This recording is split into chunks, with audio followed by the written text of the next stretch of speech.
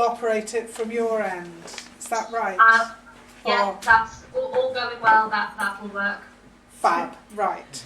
So our next speaker, for those of you who haven't experienced the delights of distance learning, which is what I worked in for a few years, you're now going to get an excellent example using state-of-the-art UHI technology. We have Rebecca Rennell, who is a lecturer in archaeology from University of Highlands and Islands, sadly not able to experience a snowy weekend in Orkney.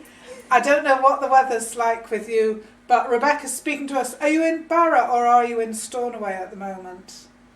Neither. I'm in Uist. You're in Uist. Rebecca's speaking to us from Uist. And she's going to be talking about something that I've been looking forward to, which is archaeological landscapes of the Highlands and Islands and experiencing them and things. So thank you, Rebecca. Okay, thanks very much, Caroline. Yes, so I'm here from Uist, and although it is sad that I don't get to be there with you all, what I'm hoping is that this is an opportunity for, as Caroline said, to sort of showcase some of the network teaching that we do at UHI, for those of you who aren't quite so familiar with it. And hopefully you'll see as well that presenting a paper virtually, so to speak, is actually going to fit in quite nicely with what I'm talking about.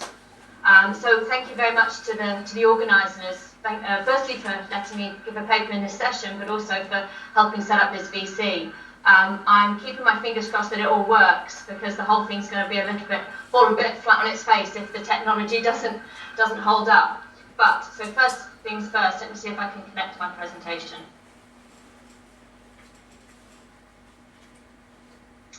And as I thought, I'm going to have to disconnect, Caroline, and then just reconnect in order for that to work. No problem. So bear with me. But I have to say I'm a fan of virtual teaching, and it allows academics to go to conferences.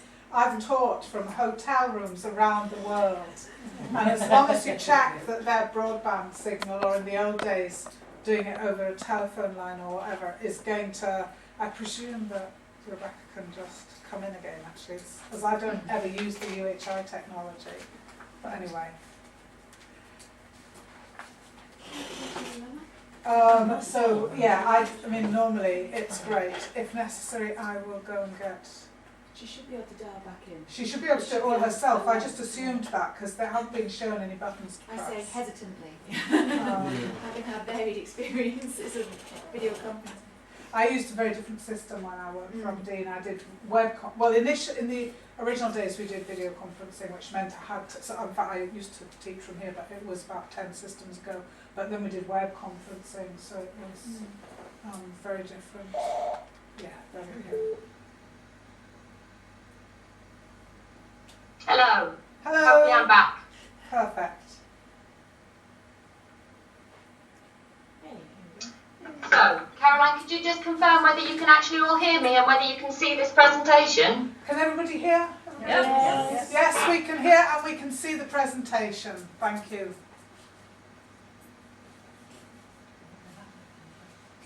Hello. So at the moment we've got your, yes, it's showing the PowerPoint, not the presentation. Caroline, would you be able to confirm that you can hear me? Yes. We can hear you. They can hear me? We can hear you. We can hear you. Yes. Can you hear us? Yes. Right. Okay. This isn't the start I was hoping for, but don't worry, just it's bear all with right. me for a second, and we'll get this presentation up and running. Okay. So there are a couple of things that I want to talk about today. The presentation's about engaging with archaeological landscapes. It's about why we should do that and how we should do that. So I just want to make four quite basic points, but I think that they're important in this paper. So first of all, I want to demonstrate through kind of whizzing you around some of the choice archaeological landscapes we have to offer across the Highlands and Islands region. So I hope to show you that the archaeological landscapes we have across this region are really special and they're really important. I also hope that by showing you some of these landscapes and the ways in which I've engaged with them, that engagement with archaeological landscapes can really aid our understanding of the past. I also want to demonstrate that engaging people with archaeological landscapes is really, really essential for learning, and that through technology, fingers crossed, and network learning methods, that we can hope to engage people with these landscapes in a virtual environment. So those are the kind of four broad aims of what I'm doing. Let me get up the correct presentation.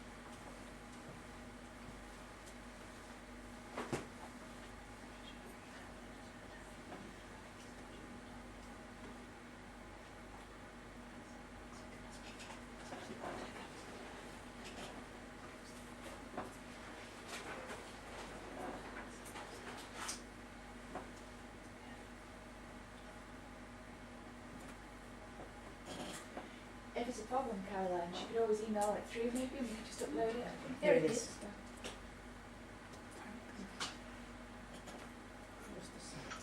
That looks good. Right. Good, okay, sorry, I think there was a bit of a delay on the screen there. So, one of the things that I need to say before we start is to talk a little bit about what I mean by landscape. Now, I'm aware from the previous speaker that there's been some detailed discussion about this over the last day or so, and I was really pleased to hear that the previous speaker was drawing upon a lot of similar influences that have played a role in the work that I've carried out.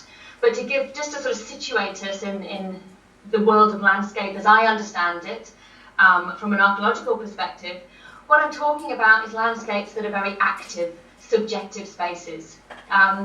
Contrasting landscape very much with that of environment. We're talking about experience space, embodied spaces rather than measured ones, and very qualitative rather than quantitative ways of appreciating that. So, as someone who defines himself as a landscape archaeologist, in particular someone who's interested in the experiential qualities of landscape, what I'm concerned with is how people in the past engaged with their landscape spaces in a very embodied sense. An emphasis is frequently made upon the visual, and again that's something that the last speaker drew attention to. And as you'll see in the case study that I'm going to give, I've made some attempts, as have others, to look at landscapes beyond just the visual and to try and incorporate other aspects of the sensory landscape to varying degrees of success, I must admit. But really this is about trying to understand the past from that very engaged perspective. So, my work has taken me to carry out a range of landscape surveys, some rather experimental exercises in sound and vision, but also using geographical information systems to model aspects of landscape visibility. So we'll see some of these in the case study that I'm about to give. If the slides will move on. I suspect there's just a delay, so don't worry if it doesn't appear straight away. Okay, fantastic. Thanks, Caroline. This is a slide that I love to show because it says everything to me about an experiential landscape approach. It says everything. It screams to me about practice. It screams to me about landscapes of use and landscapes of experience. This is the most beautiful peat bank in North Uist that I photographed, not only because I think it represents experiential landscape archaeology to me, but also because I covet these particular peat cutting skills having cut my own peat bank for several years and never attained anything even close to this in terms of aesthetics. But yes, I want to kind of conjure up in this photograph these ideas about landscapes of practice and activity and experience. So, I'd like to draw people out to the Hebrides, to where I am now, and I'm going to draw us back 2,000 years to the Iron Age. The Outer Hebrides are this chain of islands, as I'm sure most of you, if not all of you, are aware, out of the west coast of Scotland. And the island that we're going to look at is the island of North Uist, which is in the chain of islands known as the Uists, and where we find a particular concentration of archaeological material from almost all prehistoric periods. So, the Iron Age, approximately 2,000 years ago, we find defined by largely by monumental architecture. Now, this site is not on the island of North Uist, this is from the island of Lewis, probably the best known example. I'm aware that you've all been on tours throughout Orkney, or most of you will have been the last couple of days, so you will have seen this kind of architecture. Oh, we're back. So this is a broch, a classic broch type site of the Iron Age, Doon Carlaway, and these are huge dry stone built towers, roundhouses with concentric walling, evidence for staircases and secondary floors. Here's a plan of one of these sites in Lochnaberry, which is in Lewis again, showing some of these key features, which are intramural galleries or cells, and these staircases that go around the inside of the concentric walling. And here is some evidence for stairs. Now, stairs are quite important in some of the models and explanations of my methods. We'll have to come back to that, but bear this in mind, that we are dealing with monumental structures that have significant height to them. There was a huge debate about what makes a broch and how brochs differ from the more humble dune. It's all, I believe, rather a tedious argument and one that's not very relevant whatsoever to the way in which people experienced and engaged with the places that they lived, but I'm happy to discuss that if anyone wants to. But to my mind, I look at brochs and dunes as being a very interrelated type of architecture, particularly from a sort of dwelling perspective. They're the same types of structures. So, this is North Uist. North Uist, like a lot of the other islands in the Outer Hebrides, is made up of these three sort of contrasting environmental zones. Now we have across the west coast, defined by Macha, which is this very distinctive environment, these calcareous sands, windblown sands that are very, very fertile. And because of that, we see quite a concentration of archaeological activity out on the west coast. These sands are also very important because they're very alkaline and the preservation is incredible. It makes the Western Isles an incredibly rewarding place to excavate. The centre of the islands are sort of dominated by these loch stream moorlands with deep, deep, deep accumulations of peat. And we're going to be talking about these two contrasting zones shortly. But also it's worth pointing out that the east coast is very rocky. It's a hard rock coast where there's less coastal erosion and very thin soils. So we've got these three sort of major environmental areas. So, in the Iron Age, we find a huge number of sites are located on small islets in the middle of these lochs. And this is a broch called Doon Torkel. It's a classic broch site in the sense that it's got evidence for the staircases, secondary flooring, etc. And it's of a substantial enough size that those who are very concerned with the sort of minutiae of that classification system are satisfied that this would be a broch. But to give some scale, I think that might be me sitting on the top of the wall heads there. This is a very well-preserved example from a Western Isles perspective. I know up in Orkney you have far more impressive examples, but for us this is pretty good. So, what I'm really fascinated with from a sort of experiential landscape point of view are islet settlements. They're very odd places to live. Here is another one. This is Doon Ban. This is also in North Uist. Now this is supposedly a more humble dune, but again, as I've sort of suggested, these are very interlinked architectural classifications. And what we're really talking about is people living in dry stone built roundhouse architecture on islets, and these are the themes that I think are very, very important and would have been important to people in the past. So, I wanted to understand a little bit more about islet settlements, about why people would choose to live there. The few excavations we have of these kinds of sites indicate that they were rather challenging places to live, as one might expect them to be. We find several sites where rising water levels mean that the occupants had to keep building upwards over time. We find other examples that seemingly because they were built on unstable sands on these islets and were eroded, that they start to subside. And yet, in both these examples, we find that people continue to live in them for thousands of years. So I wanted to know, what was it like to live in a place like this? What are the characteristics of these kinds of landscapes and places? And by looking at landscape experience, what might this tell us about Iron Age society? So this is a view from one of the hills in North Uist, looking out on Loch Andoon, which actually has three, I think I've got two of them visible here. There are three Iron Age sites within this huge interconnected rock system. Only two of them are actually visible from this picture. Dún Torquil is the photograph that I showed you previously, and Dún Brú looks like that's a separate rock, but it's not. It's incredible, if you haven't seen the landscape of North Uist, to see how much water there is. There's more water than land. And in that respect, it's perhaps not very surprising that people are utilising these kind of spaces. But one of the things I wanted to know was about how intervisible these sites were. And this is just a very simple table that shows that the three Iron Age sites within the Loch Andoon study area, none of them were intervisible. But also that there was very little interaudibility. You can't hear, in a variety of weather conditions, you cannot hear each other in most of these, between most of these sites. Now, one of the really intriguing things about, I think what my next slide is, one of the really intriguing things about islet sites is that visibility is hugely inhibited. You very rarely can you see beyond the banks of the loch. Very rarely can you see the other Iron Age sites that are sometimes in quite close proximity, as in this case study area, but very, very rarely can you actually see between the two sites. But also the audibility, and these were my experiments into trying to bring sound into this sort of experiential approach.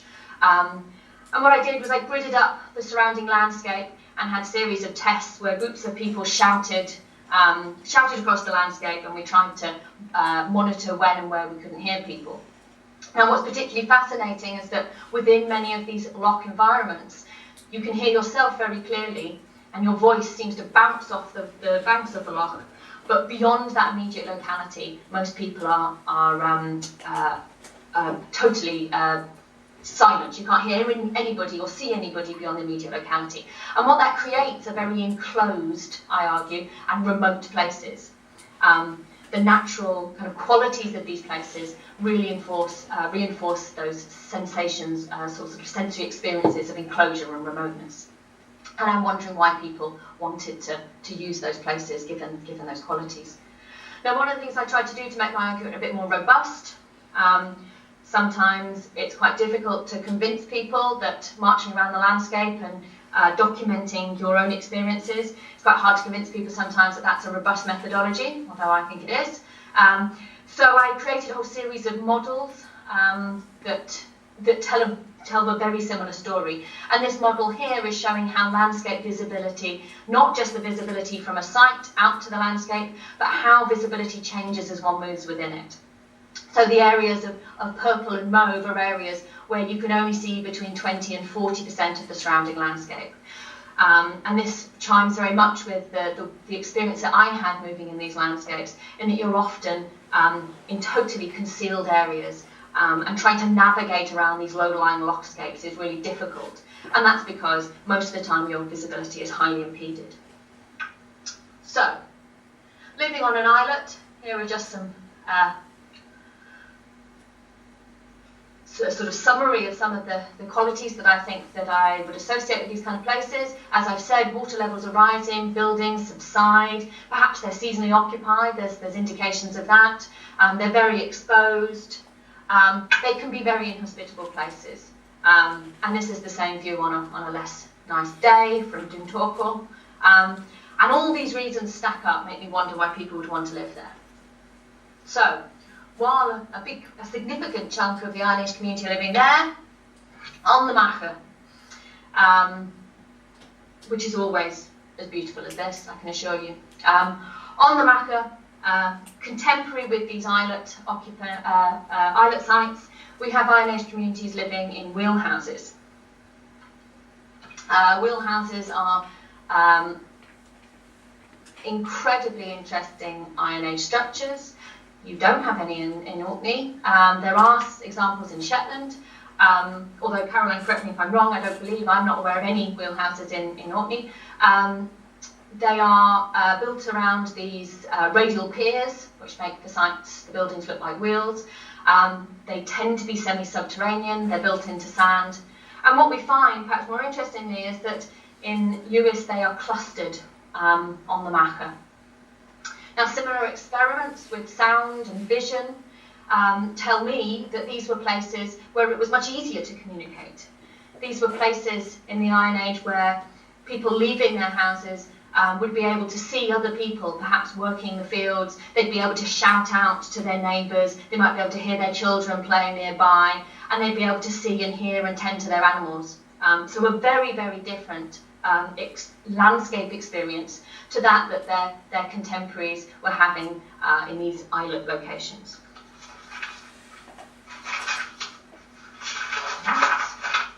So, and here's an example, of one of these Macha wheelhouses. This site is at Udall Peninsula in North Uist. And just what my work was confirming, that these were very different types of places to live in. And yet these differences are not indicated in the archaeological record necessarily. So, thinking back to monumental architecture, these rocks are multi-storey. We know that we have these staircases. We know that they are monumental structures. So my observations, therefore, about remoteness and enclosure might seem a poor fit. So one of the things that you're able to do in GIS is you can sort of play around with these variables. There's an example of the staircase. And one of the things that I did was I generated a whole series of viewshed models for these landscapes, where I played around with the height of these buildings. So by raising the potential height of these roundhouses and looking at how much more visible they might be if the Iron Age occupants were able to build up to 10 metres or so. I should say that there are the example that's always cited would be Musa in Shetland, which is a rock that's up to 13 metres tall. We don't have anything like that in the Western Isles, but we may have done. Now, when you generate these view sheds, for the vast majority of these sites, what you find is that building upwards on an islet with these high loch banks has very little impact, and that you have to build up over 5 metres sometimes to increase the visibility by 40 or 50%. There was the one site which is in the sort of turquoise where that seemed to be slightly different, where actually you could have a more major impact on the visibility from the surrounding landscape by building upwards. But by and large, what we were finding was that sites remained in these very enclosed and visually restricted areas, despite building up to about 10 metres high. Now, what's interesting is if you compare this with the Macha, now here, if you were to build rocks over a height of 1 metre, you instantly increase their visibility from the surrounding landscape by 60%. And by building up over 4 or 5 metres, you can increase visibility to about 80% of the surrounding landscape. Now, this poses I think, some interesting questions about why people build monumental architecture. And if the assumption is frequently that monumental architecture is to be seen, and if sites are to be seen, why do Iron Age communities choose to build them in places where they cannot have that impact? And what I think this means is that we really need to reevaluate what we think monumental architecture is about. So, doesn't want to move on to the next slide. Or maybe it's just a bit slow. So, some of the summaries that I just want to make about Iron Age architecture. I'm going to assume that you've moved on a slide and that mine hasn't.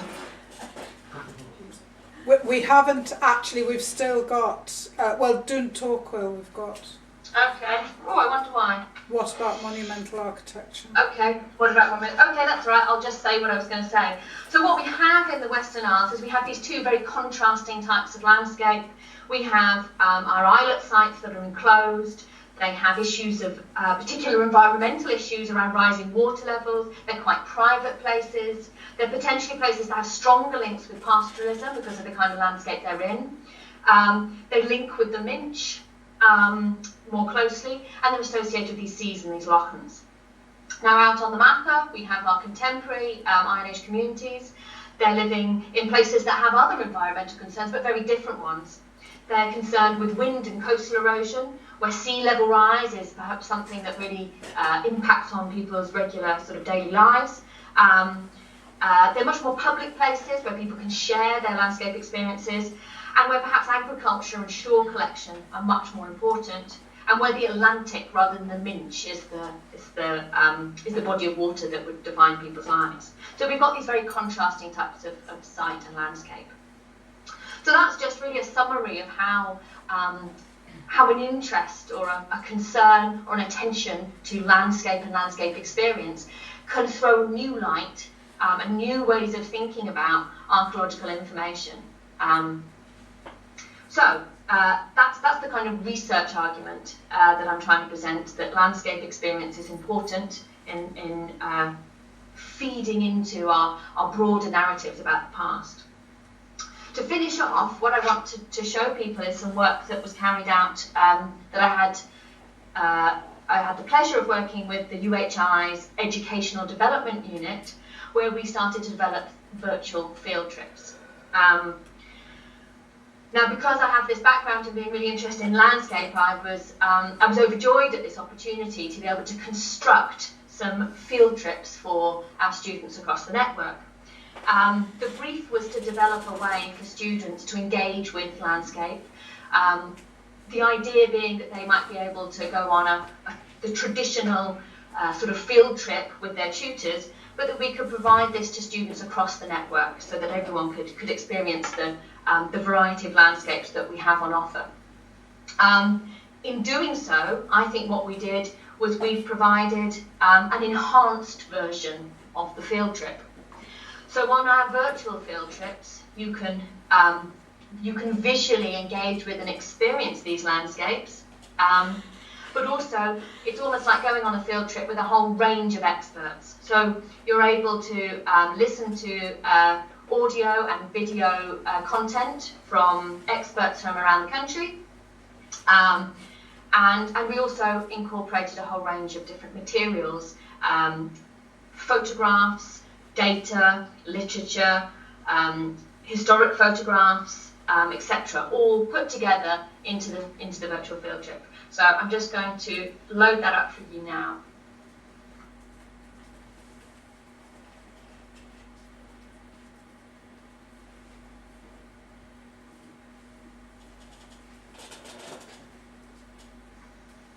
So, I'm hoping that you can all see this in relatively smooth way.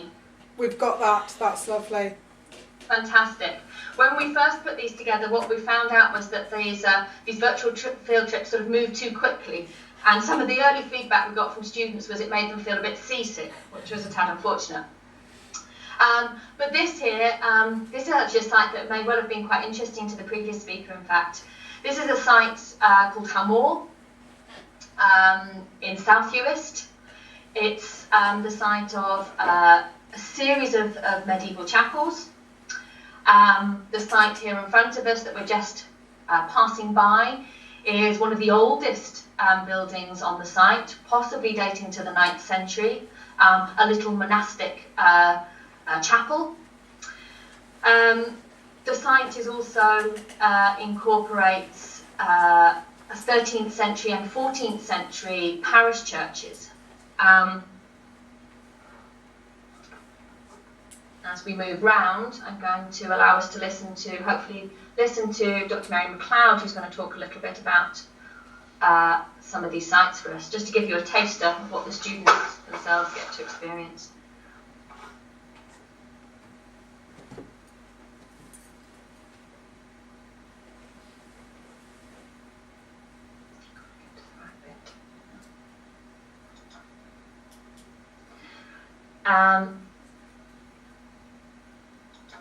This is just a picture of another contemporary site up in North Uist for you to look at, and this is the kind of material that we've incorporated into this. I've got to try and find Mary's bit as we go round.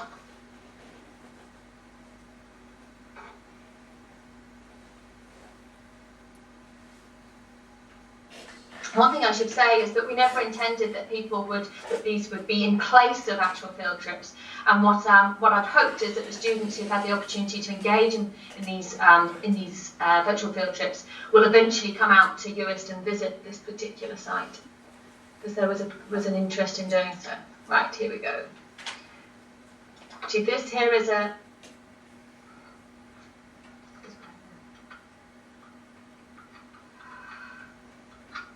Here we go. Apologies. So, I'm Miriam South, and I am a lecturer at Lewis Castle College. I'm a Viking Norse and medieval specialist, and I'm also a freelance archaeologist on the side, and I used for 11 years to be the regional archaeologist for the Western Isles, for the Outer Hebrides, working for the local council. The early medieval communities of the Western Isles are still really a bit of a mystery, and when I say early medieval in this case, I'm talking about the communities who were here prior to the arrival of the Vikings, around about AD 800. The debate is really between whether these communities were Gaelic-speaking or whether they were Pictish-speaking peoples. And there's all sorts of complicated problems, really, around identifying that question, answering that question from the archaeological record alone. If we were in the heart of what we know to be picked up in Orkney and the northeast of the mainland, we would have a very clear material culture to deal with. Lots of Pictish symbol stones, inscriptions using the Ogham alphabet of Pictish language, and various other kinds of portable artifacts which seem to be focused in that area which we know to be the Pictish heartland.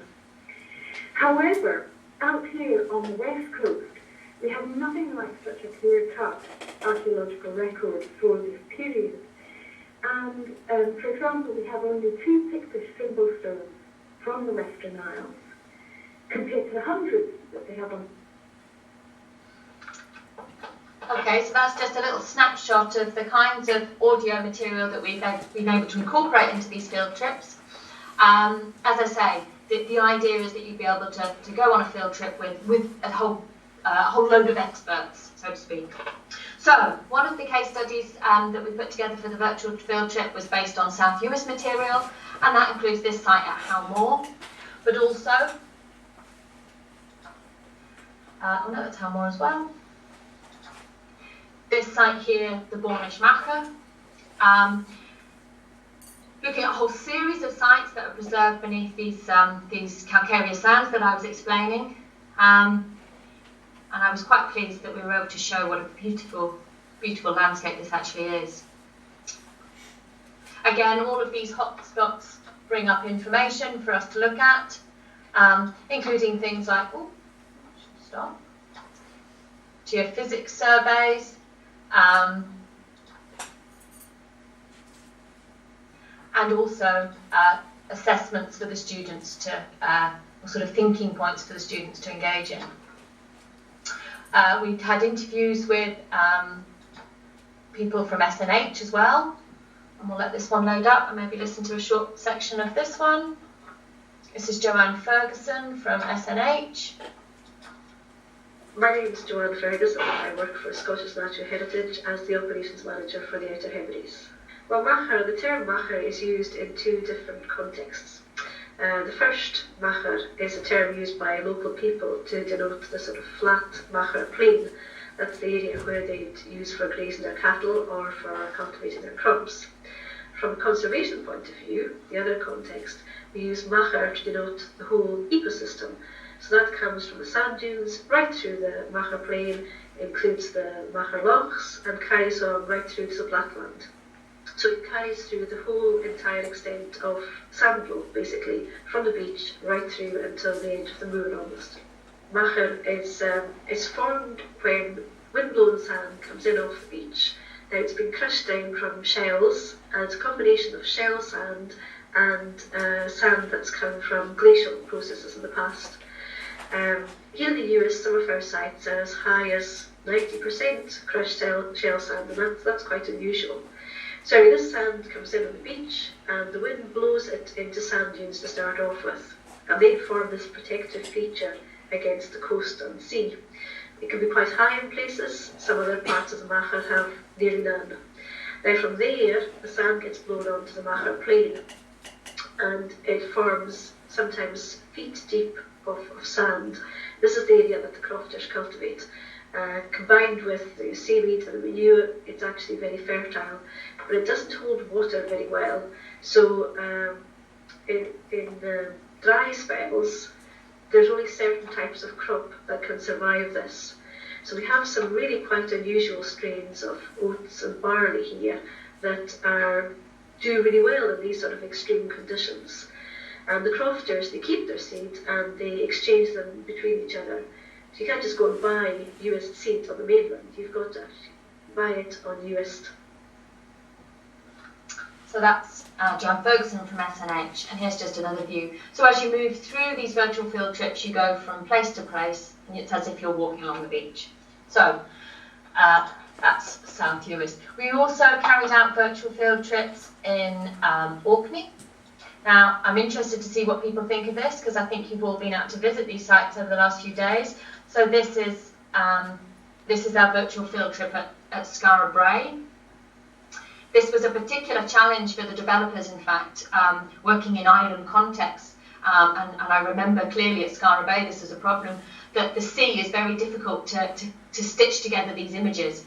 But they did a sterling job. So this field trip takes students through Skara Brae. It looks not only at the site from an archaeological point of view, but it also considers the wider landscape, the geophysics work that's been carried out more recently, and looks at issues of erosion, visitor footfall on the site, and interviews with people at what was Historic Scotland and is now Historic Environment Scotland, obviously, but also interviews with the regional archaeologist Julie Gibson and other experts.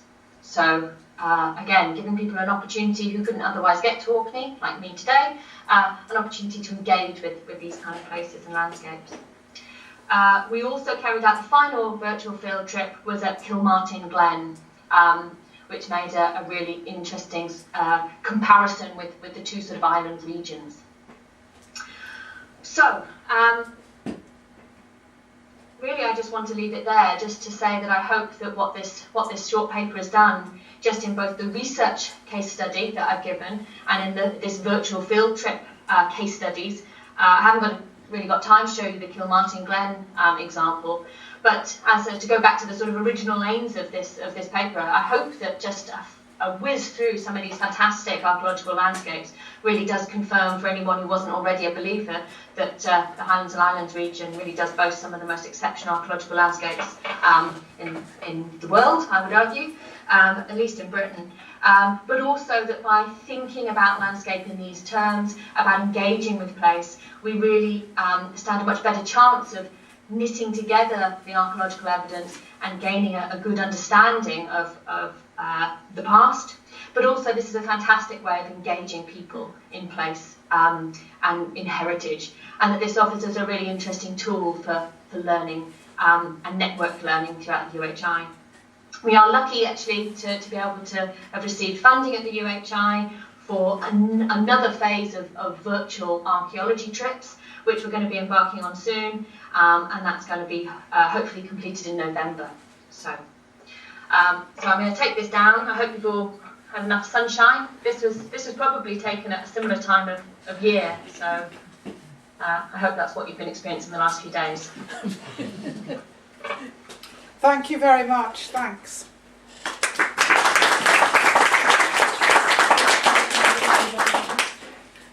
Now, I think we've got a couple of minutes if anybody's got questions or comments.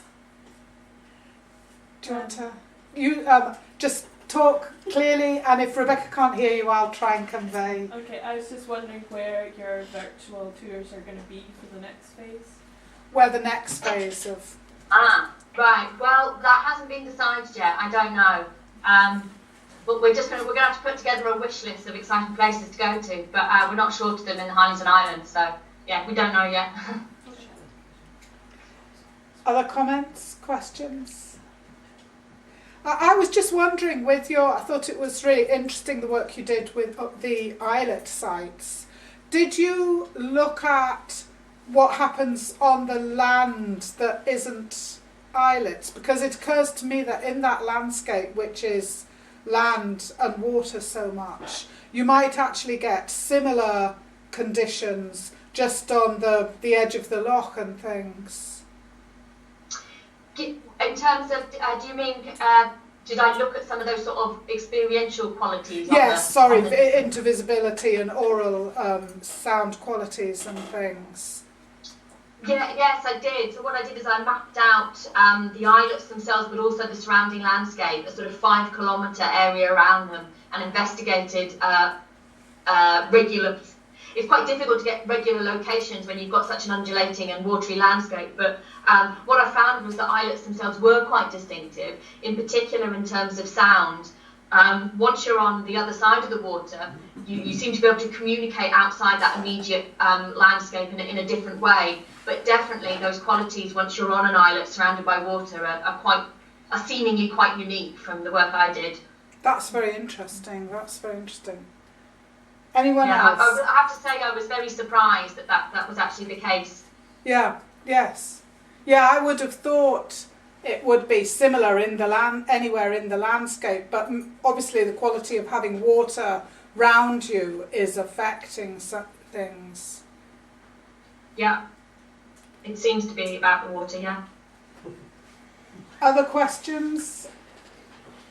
Not a question really, but I just say I love the idea of the shouting to actually map out, moving it, actually bringing it into very much a lived landscape and actually trying to set boundaries that you could actually map down in terms of how people experience things. I thought that was fantastic. I really enjoyed that idea. So.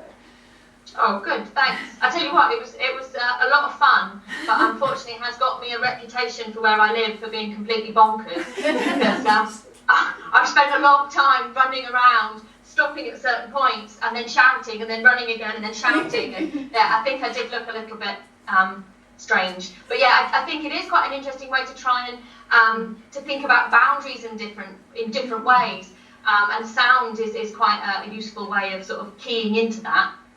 I think also we tend to think about everything in visual terms. Yeah. And this idea of a soundscape, I don't know if anyone's seen the work that was done for Star Car in Yorkshire, but I would recommend going, if you Google something like Soundscape Star Car, the Mesolithic site, they created a whole sound experience a couple of years ago, and personally I think I said this yesterday, but it's really important because we don't just experience life in visual terms, and neither did people in the past. And if we really want to make our interpretations three-dimensional, we need to start bringing in other senses. I mean, other people have been saying that here, but sound is the obvious way to begin.